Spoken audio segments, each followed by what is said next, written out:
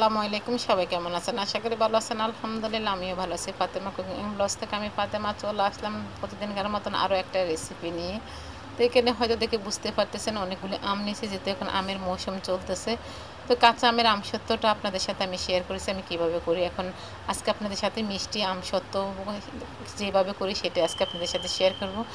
এখানে আমি প্রায় 3 থেকে 4 কেজি আম কেটে নিয়েছি, কেটে একদম বিচিগুলো ফেলে দিয়েছি। আর এই তো আমটা বসিয়ে দিলাম চলার পরে। আর যেহেতু এটা মিষ্টি করব এই জন্য এটার মধ্যে মেজারমেন্ট কাপে 1 কাপ দিয়ে দিলাম চিনি, আর দিয়ে দিলাম সামান্য লবণ বা স্বাদ মতন লবণ দিয়ে দিলাম, হাফ টেবিল চামচ আর কি লবণ দিয়ে দিলাম। দিয়ে তো ডাকনা দিয়ে ডেকে দেবো যে পর্যন্ত আমগুলো একটু নরম না হয় সেই পর্যন্ত ডেকে রাখবো। আর চুলাটা এই পর্যায়ে কিন্তু একদম লো আছে কিন্তু এটা হাই হিটে রাখা যাবে না। আমটা যে পর্যন্ত না গলবে সে পর্যন্ত লো আছে রাখতে হবে। আর তো একটু সামান্য নরম হয়ে গেছে, একটু পানি ছেড়ে দিয়েছে আম থেকে। এজন্য আমটা আমি এখন একটু চিনিটা নিচে দিব আর আমগুলো উপরে নিচ করে উঠে ভালো করে নেড়ে চেড়ে দিব। আর এই আমটা এখন যেহেতু পাকা আম সিজন চলে আসছে, কাঁচা আমে কিন্তু এখন দেখা গেছে যে ঘরে কিনে রেখে দিলেই একদিন রেখে দিলেই পেকে যাচ্ছে। তো আমার এটা একদম গাছ পাকা আম না, এটা আমি ঘরে রেখে দিয়েছি একদিন।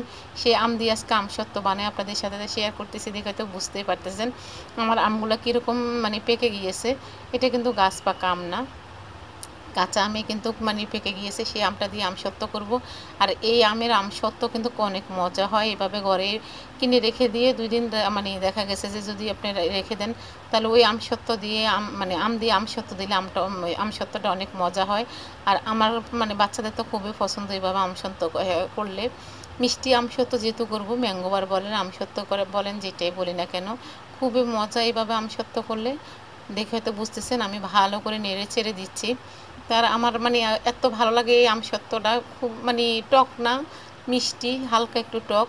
আর তো কি বলবো, এটা করে যখন বাসায় করে খেয়ে নেবেন দেখবেন বুঝতে পারবেন যে এটা কীরকম হয়।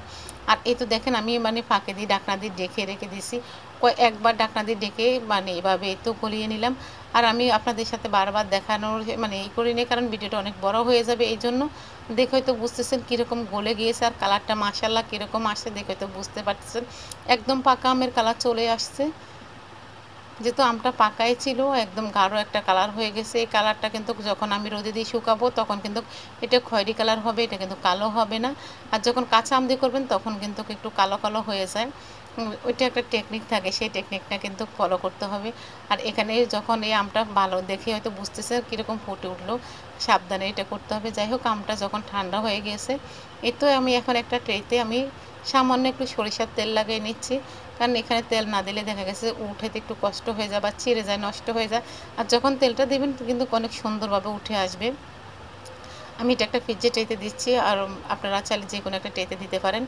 তো এখন আমি আমগুলা দেখে হয়তো বুঝতেছেন কীরকম কালার, দেখেন দেখে কিন্তু লোভ লাগতেছে। তো এখন চালনি দিয়ে চেলে নিব, আমি একটা চালের মধ্যে নিয়ে চেলে নিচ্ছি। এখানে আজকে আপনাদেরকে একটা টেকনিক শিখিয়ে দেবো। এখানে আপনারা ব্লান্ডার দিয়ে ব্লান্ড করে নিতে পারেন, আমি আপনাদের দেখার শর্তে কিন্তু চাকনি দিয়ে ছেঁকে নিচ্ছি। চাকনি দিয়ে যখন আমি ছেঁকে দেখা গেছে অর্ধেকগুলোই কিন্তু ফেলে দিতে হয় বা অনেকটা ছোসা থেকে যায়। আর যখন ব্লান্ডার দিয়ে ব্লান্ড করে নেবেন কিন্তু কিছুই ফেলতে হবে না, অনেক সহজেই কিন্তু একদম মিশ হয়ে যাবে। তো আমি আপনাদেরকে বোঝানোর সাথে যে আমি এভাবেও করে দিতে পারেন বা চাইলে ব্লান্ডার করতে পারেন। তো আমার মনে হয় সবচেয়ে সুবিধা ব্লান্ডার দিয়ে করলে। আপনারা ব্লান্ডার দিয়ে ব্লান্ড করে নিতে পারেন। ব্লান্ডারে ব্লান্ড করলে কিন্তু কোনোটাই অপচয় হবে না। এভাবে কিন্তু অনেকটা আম অপচয় হয়ে যায়, যে একটু থেকে যায়। আর যেগুলো আম দেখা গেছে একটু আস্তে আস্তে রয়েছে বা হয়তো একটু ঘলে নেয়, সেগুলো কিন্তু দেখা গেছে যে ফেলে দিতে হয়।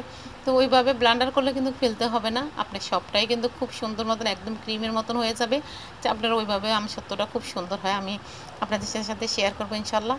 তো চাকনি দিয়ে ছেঁকে নিতে কিন্তু সময়ও অনেকটা লাগে, আপনার কম সময় কিন্তু ব্লান্ডার করে নিতে পারেন। আর ব্লান্ডার করতে খুব সুবিধা হয়। তো আমি আমগুলো এখন ভালো করে চেলে নিব। আর এইভাবে আপনারা চাইলে ঘরে বসে কিন্তু বাচ্চাদেরকে আমের ম্যাঙ্গো বার বলেন বা আমসত্ত্ব বলেন, যেটাই বলেন না কেন, করে খাওয়াতে পারেন। আর আমার রেসিপিটা যদি ভালো লাগে আপনাদের কাছে অবশ্যই একটা লাইক দিবেন, যদি বেশি ভালো লাগে ফ্যামিলি এবং ফ্রেন্ডসের মাধ্যমে শেয়ার করে দিতে পারেন। যাই হোক, তো দেখেন আমি আমগুলো ভালো করে দেখেন আমি চেলে নিয়েছি, নিয়ে তো দুইটা ট্রের মধ্যে নিয়েছি। আমি এখন এগুলোকে রোদে দিব, 2 দিন পরে আপনাদের সাথে শেয়ার করবো ইনশাল্লাহ। তো দেখেন 2 দিন পরে আমি আমসত্ত্বগুলা শুকিয়ে নিয়ে আসলাম। আর আমরা বলি না যে রোদ ছাড়া শুকিয়েছে, আসলে রোদ ছাড়া তো হয় না। আমি আমার মানে কাঁচা আমের যে আমসত্ত্বটা করেছি সেটাই ওই সময় আপনাদের সাথে বলেছি, রোদ ছাড়া কিন্তু আমসত্ত্ব হয় না। এই তো দেখেন আমি প্রায় 8 কেজি আমকে কেটে আমি 4 টা মানে আমসত্ত্ব করে নিয়েছি। এই তো দেখেন 8 থেকে 10 কেজি হবে এখানে আম মানে কেটে ভালো করে সিদ্ধ করে ব্লেন্ডার করে নিয়েছিলাম, সেটাই আপনাদের সাথে শেয়ার করতেছি। এই তো দেখেন 4 টা আমসত্ত্ব করেছি। আর মাশাআল্লাহ দেখে হয়তো বুঝতে পারতেছেন একদম পুরো ম্যাঙ্গো বার হয়ে গেল, ম্যাঙ্গো বারের কালার হয়ে আসছে। এই তো দেখেন আমি ঠিক মানে আমার ইটাও কিন্তু মানে কতটুকু মানে মোটা রেখেছি সেটাও আপনাদের সাথে শেয়ার করলাম। আর এই তো দেখেন স্টিলের ট্রেটার মধ্যে যখন দিয়েছিলাম সেই ট্রের ডিজাইনটা কিন্তু পুরো আমসত্ত্বর মধ্যে উঠে গেছে, খুব সুন্দর দেখা যাচ্ছে, কিন্তু ফুলের ডিজাইনটা পুরো বসে গেল। এই তো দেখে হয়তো বুঝতেছেন যে কীরকম হয়েছে। মাশাআল্লাহ দেখতে যেমন সুন্দর হয়েছে, খেতেও ঠিক তেমনই ম্যাঙ্গো বারের মতো অনেক মজা হয়েছে। এখন আমি কেটে নেব, আপনারা আপনাদের পছন্দ অনুযায়ী ছোট বড় কিংবা মানে ম্যাঙ্গো বারের মতন করে নিতে পারেন, ছোট বড় করে নিতে পারেন। আমি আমার চাইজ মতন আমার সৌন্দর্যের মতন করে কেটে নিচ্ছি। এই তো দেখে হয়তো বুঝতে পারতেছেন যে আমি কীরকম করে কেটে নিচ্ছি। তো এই তো কাটা হয়ে গেছে মোটামুটি, দেখে তো বুঝতে, চাইলে আপনারা এই পর্যায়ে ম্যাঙ্গো বারের মতন করে রাখতে পারেন। আমি 4 কোনা করে কেটে নেব সবগুলো আমসত্ত্বকে। তো আমার প্রত্যেকটা রেসিপি আপনাদের কাছে কেমন লাগে সেটা অবশ্যই কমেন্ট বক্সে কমেন্ট করে জানাতে পারেন। আজ এই পর্যন্ত, সবাই ভালো থাকেন। আল্লাহ হাফেজ। আসসালামু আলাইকুম।